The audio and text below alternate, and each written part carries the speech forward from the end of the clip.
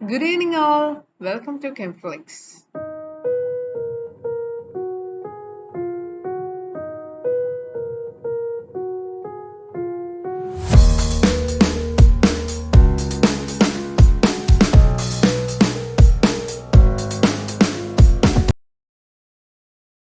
Hello my dear, അപ്പോൾ നമ്മൾ ഇന്ന് score high last minute 3-day study plan plus PYQ discussion എന്ന് പറയുന്ന സീരീസിൽ നമ്മൾ ഇനി അടുത്തതായിട്ട് ഡിസ്കസ് ചെയ്യാൻ പോകുന്ന ചാപ്റ്റർ ആണ് കെമിക്കൽ കൈനറ്റിക്സ്.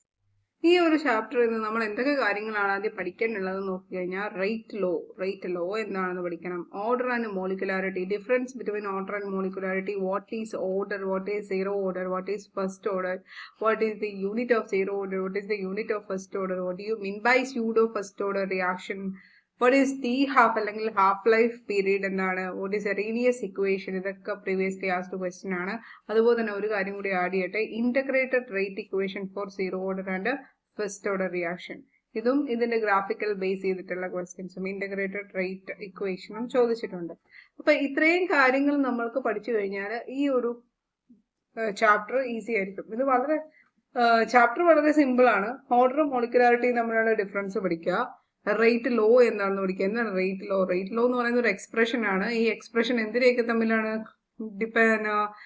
കണക്ട് ചെയ്യുന്നത്? Rate law depends on expression which it relates or it expresses the relationship between the concentration of the reactant and rate of a reaction പിന്നെ അതുപോലെ തന്നെ റിയാക്ടന്റിന്റെ കോൺസെൻട്രേഷനും തമ്മിലുള്ള റിലേഷൻ ആണ് റേറ്റ് ലോ എന്ന് പറയുന്നത്. ഇപ്പൊ for example rate can be represented as R is equal to K into concentration of A into the concentration of B if A and B are the reactant. A plus B gives product എന്ന് പറയുന്ന ഒരു chemical reaction ആണെങ്കിൽ we can relate the rate and the concentration of the reactant terms by using this rate law. important ആണ്. അവിടെയാണ് നമുക്ക് order എന്താണ്, molecularity എന്താണെന്ന് പറയുന്നത്. ഓർഡർ എന്ന് പറയുമ്പോൾ ഇപ്പൊ ഫോർ എക്സാമ്പിൾ ഒരു general equation A plus B gives P എന്ന് പറയുന്ന ഒരു ജനറൽ റിയാക്ഷൻ എടുക്കുകയാണെങ്കിൽ അവിടെ നമുക്ക് റേറ്റ് എങ്ങനെ എഴുതാം? Rate is equal to K, rate is directly proportional to ആണ്. ആ proportionality constant was replaced by using this K is the rate constant into concentration of A. എവിടെ റിയാക്ടന്റ് A ഉണ്ടല്ലേ, ഇവിടെ കോൺസെൻട്രേഷൻ ഓഫ് ബി, ഇവിടെ reactant സൈഡിൽ B ഉണ്ട്. ഇവിടെ നോക്കിക്കേ, ഇവിടെ ഈ റേറ്റ് കോൺസെൻട്രേഷൻ ഓഫ് എയുടെ പവർ ആയിട്ട് വല്ലതും ഉണ്ടോ? 1 എന്നുണ്ട്. ഇവിടെ കോൺസെൻട്രേഷൻ ഓഫ് ബിന്റെ പവർ ആയിട്ടുണ്ടോ? 1 എന്നുണ്ട്. അപ്പൊ ഇവിടുത്തെ ഓർഡർ എന്ന് പറയുന്നത്, order is the sum of the power of the concentration terms in the rate law.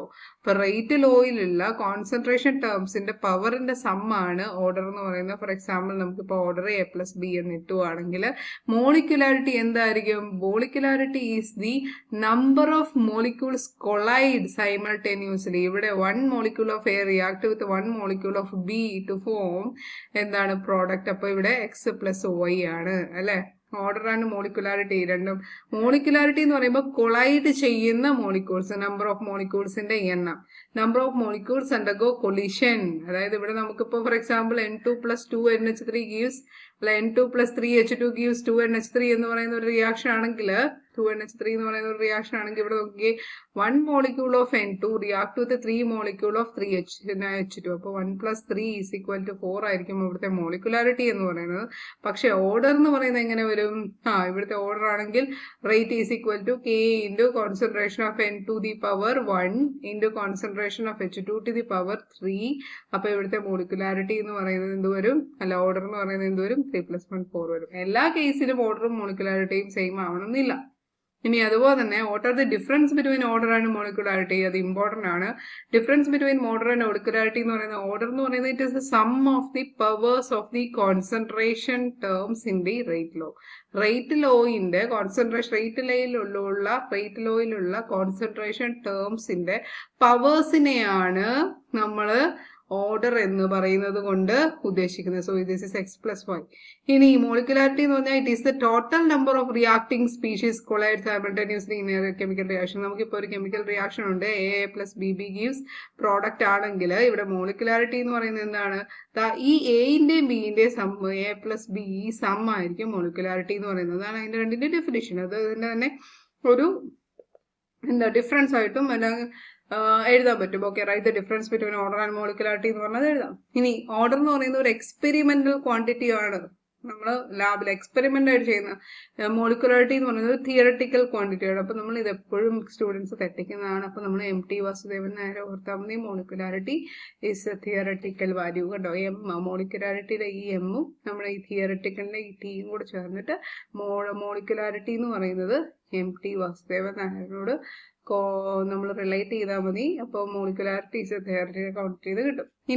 ഇനി മോളിക്കുലാരിറ്റി 0 ആയി കഴിഞ്ഞാൽ ഇവിടെ റിയാക്ഷൻ വല്ലതും നടക്കുമോ? ഇല്ല. So molecularity cannot be 0 or fractional, but order can be 0 or fractional. ഇനി അടുത്തത് what do you mean by elementary reaction and complex reaction? elementary reaction എന്ന് പറഞ്ഞു കഴിഞ്ഞാൽ ഒരു സിംഗിൾ സ്റ്റെപ്പിൽ A + B gives product എന്ന് പറയുന്ന ഒരു സിംഗിൾ സ്റ്റെപ്പിൽ ഒരു പ്രോഡക്റ്റ് ഫോം ചെയ്യുവാണെങ്കിൽ നമുക്കതിനെ എലമെന്ററി റിയാക്ഷൻ വെച്ചു. കോംപ്ലക്സ് റിയാക്ഷൻ എന്ന് പറഞ്ഞു കഴിഞ്ഞാൽ എയും ബിയും കൂടെ ചേർന്നിട്ട് ആദ്യം C ഉണ്ടായി, C പിന്നെ D ആയിട്ട് ചേർന്നിട്ട് പ്രോഡക്റ്റ് ഉണ്ടാവും. അതായത് മൾട്ടിപ്പിൾ സ്റ്റെപ്പിലാണെങ്കിൽ നമുക്കതിനെ കോംപ്ലക്സ് റിയാക്ഷൻ എന്ന് പറയാം. ഇനി ഓർഡർ എന്ന് പറയുന്നത് it is applicable to both elementary and complex reaction. പക്ഷേ എലമെന്ററി റിയാക്ഷന് മാത്രമേ ഉള്ളൂ മോളിക്കുലാരിറ്റി ആപ്ലിക്കബിൾ ആയിട്ടുള്ളത്. വളരെ വളരെ ഇമ്പോർട്ടന്റ് ആയിട്ടുള്ള ഒരു സ്ലൈഡാണ്. What is the difference between order and molecularity. Again നമ്മൾ വീണ്ടും തിരിച്ചു വരുവാണ്. ഇവിടെ പിന്നെ what is zero order reaction? Zero order reaction എന്താണ്? What is first order reaction എന്താണ്? What is pseudo first order reaction എന്താണ്?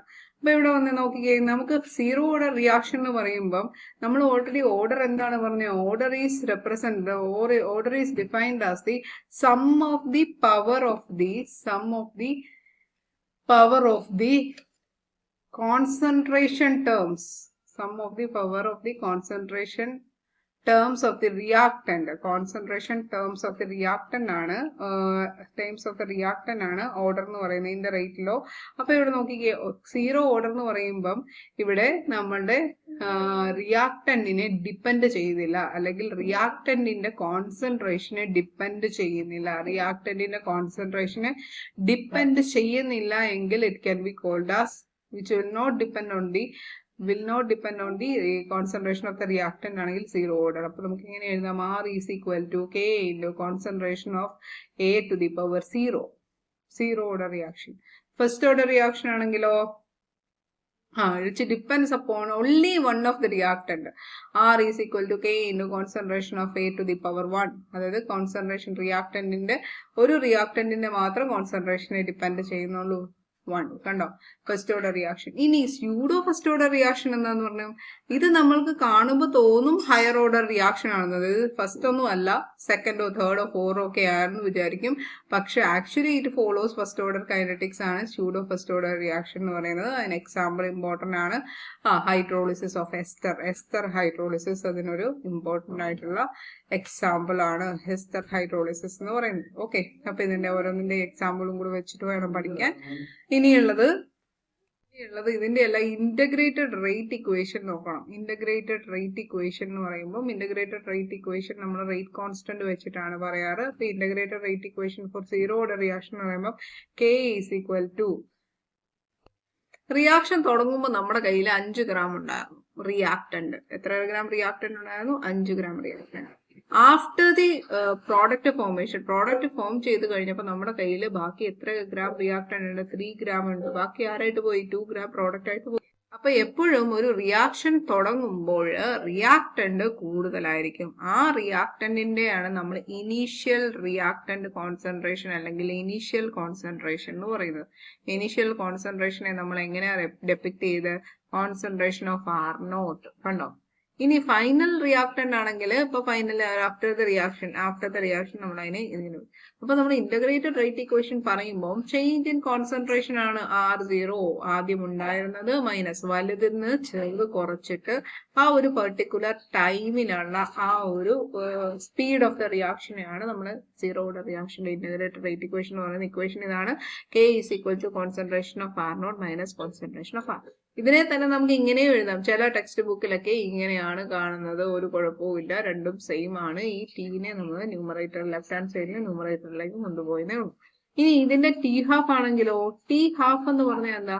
T ഹാഫ് എന്ന് പറഞ്ഞാൽ ഈ ടൈം പീരീഡ് പകുതിയാവാൻ എടുക്കുന്ന സമയമാണ് ഹാഫ് ലൈഫ് പീരീഡ് എന്ന് പറയുന്നത്. അപ്പൊ ഇനിഷ്യൽ കോൺസെൻട്രേഷൻ R0 തന്നെയായിരിക്കും. പക്ഷെ പകുതിയാകാൻ എടുക്കുന്ന സമയം എന്ന് പറയുമ്പോൾ ഫൈനൽ കോൺസെൻട്രേഷൻ എന്താവും?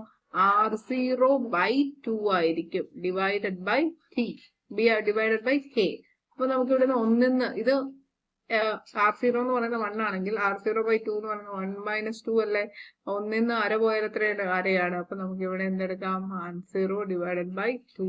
ഇനി ഈ K ഓൾറെഡി ഡിനോമിനേറ്റർ ആണ്, അത് എടുക്കാം. ഇതാണ് ഇതിന്റെ T12, അതായത് ഹാഫ് ലൈഫ് പീരീഡ്, അതായത് time required to reduce the concentration, initial concentration to its half concentration. അപ്പോൾ അതാണ് T12 എന്ന് പറയുന്നത്. അപ്പോൾ നമ്മൾ അവിടെ T12 R0/2K എന്ന് എഴുതി. ഓക്കെ, ഇനി നമ്മൾ ഫസ്റ്റ് ഓർഡർ റിയാക്ഷന്റെ ഇന്റഗ്രേറ്റഡ് റേറ്റ് ഇക്വേഷൻ പറയുകയാണ്. K = 2.303/T log R0, അതായത് initial concentration divided by R, അത് ഫൈനൽ കോൺസെൻട്രേഷൻ. അതൊക്കെ പഠിക്കാനുള്ളതാണ്. ഇതെല്ലാം വെച്ചിട്ടാണ് നമുക്ക് ഈ പ്രോബ്ലംസ് ചെയ്യാനുള്ളത്. Okay, T12. അപ്പൊ ഇതിന്റെ T12 എന്ന് പറയുന്നത് T12 = 0.693 / K ആണ്.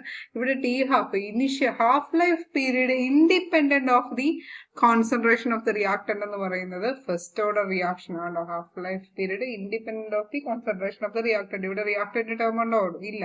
അതുകൊണ്ട് half life period is independent of the concentration of the reactant. First ഓർഡറിന്റെ ആണ്. സീറോ ഓർഡറിന്റെ എന്ന് വരുമ്പോൾ half life period is equal to R0/2K വരും. ഓക്കെ, ക്ലിയർ അല്ലേ? ഇനി വരുന്നത് ഇവിടുന്ന് നമുക്ക് ഓർഡർ തന്നിട്ടുണ്ടോ? നമ്മളോട് ഒരു ഓർഡർ പറയും. ഇപ്പൊ ഓർഡർ എന്ന് പറയുന്നത് n = 0 എന്നോ n = 1 എന്നോ ഏതെങ്കിലും ഒരു ഓർഡർ തരും. എന്നിട്ട് ഇതിന്റെ യൂണിറ്റ് കണ്ടുപിടിക്കാൻ പറയും. അപ്പൊ ഇതിന്റെ യൂണിറ്റ് കണ്ടുപിടിക്കുന്നത് ഇപ്പൊ litre raise to n-1 mole raise to 1 - n second raise to -1 എന്ന് പറയുന്ന ഒരു കോഡിനകത്ത് ഇട്ട് കൊടുത്താൽ മതി. വേറെ n = 0, ഫസ്റ്റ് ഓർഡർ 0 ഓർഡർ ആണെങ്കിൽ 0 ഇട്ട് കൊടുക്കുക, ഫസ്റ്റ് ഓർഡർ ആണെങ്കിൽ 1 ഇട്ട് കൊടുക്കുക, 2. നോക്കിയേ, ഇവിടെ ln നാച്ചുറൽ ലോഗരിതം ഇല്ലേ? ln നെയാണ് മനസ്സിൽ ചിന്തിക്കേണ്ടത്. l⁻n-1 mole raise to 1 - n second raise to -1. ഇതാണ് നമ്മുടെ കോഡ്. അത് വെച്ചിട്ട് നമുക്ക് സീറോ ഓർഡറിനെ കണ്ടുപിടിക്കാം. n = 0, litre raise to -1 mole raise to 1 second raise to -1. അതായിരിക്കും അതിന്റെ unit. n = 1, l⁻0 1 - 1 0 mole raise to 1 - 1 0 second raise to -1. ഇപ്പൊ സെക്കൻഡ് റേസ് ടു -1 ആയിരിക്കും യൂണിറ്റ്. ഇഫ് n = 2 ആണെങ്കിലോ ലിറ്റർ റേസ് ടു 2 - 1 എന്ന് പറയുമ്പോൾ 1 വരും. മോൾ റേസ് ടു 1 - 2 എന്ന് പറയുമ്പോൾ -1 വരും. സെക്കൻഡ് റേസ് ടു -1 കണ്ടോ? അപ്പൊ ഇതായിരിക്കും അതിന്റെ യൂണിറ്റ്സ്. അപ്പൊ യൂണിറ്റ്സ് പഠിക്കാനായിട്ടുള്ള കോഡാണ് ലിറ്റർ റേസ് ടു n-1. അപ്പൊ ലിറ്റർ റേസ് ടു n-1 ആണെന്ന് പഠിക്കാൻ വേണ്ടിയിട്ടാണ് ഈ നാച്ചുറൽ ലോഗരിതം ln എന്നുള്ളത് പഠിക്കേണ്ടത്. ln⁻⁻1 mole raise to 1 - n second raise to -1. Okay, ഇനി അവിടുന്ന് വരുന്ന അടുത്തതാണ് അറീനിയസ് ഇക്വേഷൻ. അറീനിയസ് ഇക്വേഷൻ എന്ന് പറയുന്നത് ടെമ്പറേച്ചർ ഡിപ്പെൻഡൻസും നമ്മുടെ ഈ ആക്ടിവേഷൻ എനർജിയും അറീനിയസ് ഇക്വേഷൻ ആണ് അടുത്തത്. അറീനിയസ് ഇക്വേഷൻ എന്ന് പറയുന്നത് K =